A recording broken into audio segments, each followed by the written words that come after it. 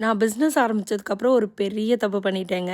என்னன்னா, அதுக்கு முன்னாடி வந்து எனக்கு நெறைய டைம் இருந்தது. நான் வந்து அடிக்கடி குழந்தைங்கள வந்து நம்மளோட ஃப்ரெண்ட்ஸ் கேங்கில இருக்க பாட்லக் ஆகட்டும், அப்படி இல்லன்னா தமிழ் சங்கம், தமிழ் ஸ்கூல்னு எல்லாத்துலயும் கூட்டிட்டு போய் டான்ஸ் ஆட வச்சுட்டுருந்தேன். அவங்களுக்கு ரொம்ப பிடிக்கும் டான்ஸ் ஆடுறது. ஆனா, இந்த வருஷம் நம்ம கொஞ்சம் பிஸி ஆயிட்டோமா, அதனால வந்து டைமே செட் ஆகல. அதனால வந்து நான் எதுலயுமே அவங்கள ஆடயே வைக்கல. ஆனா கேட்டுக்கிட்டே இருந்தாங்க அவங்க. ஸோ இந்த தடவையுமே பொங்கல் விழாவுக்குமே எங்கள எதுலயாவது சேர்த்து விடுங்கன்னு அவங்களே கேட்டாங்கங்க.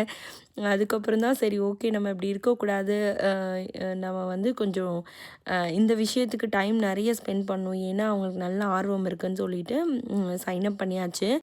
ஆனா, அவங்களே தான் மோஸ்ட்டா கத்துக்கிட்டாங்க. நான் சைன் அப் பண்ணும்போதே சொன்னேன், "எனக்கு டைம் இல்லன்னா, நீங்களே தான் கத்துக்கிற மாரி இருக்கும்னு." இத்தன வருஷம் நம்ம ஆடி ஆடி பழகுனதோட பலன் என்னன்னா, பசங்களாவே ஒவ்வொருத்தர் மாத்தி மாத்தி சொல்லிக் குடுத்து, அவங்களே வந்து கத்துக்கிட்டாங்கங்க எல்லாமே. நானும் என் ஃப்ரெண்ட்ஸும் வந்து ஒரு 2, 3 நாள் தான் அவங்க கூட சும்மா கரெக்ட் பண்ணோம்.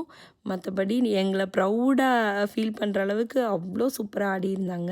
எப்பவுமே நமக்கு டைம் இல்லன்றதுக்காக இந்த மாரி குழந்தைங்களுக்கு பிடிச்ச விஷயங்களெல்லாம் செய்யாம இருக்க முடியாது. இனிமே அவங்களுக்கு பிடிச்ச மாரி நெறைய டான்ஸ் ஆட வைக்கணும்னு நெனச்சிருக்கேன்.